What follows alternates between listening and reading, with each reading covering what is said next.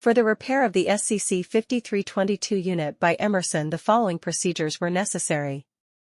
Replacement of various electronic components and general cleanup of the unit. For testing, we use 12V DC power supply. We connect the power supply to the system and observe that the screen lights up and the unit reacts. No further testing is possible due to the absence of additional units.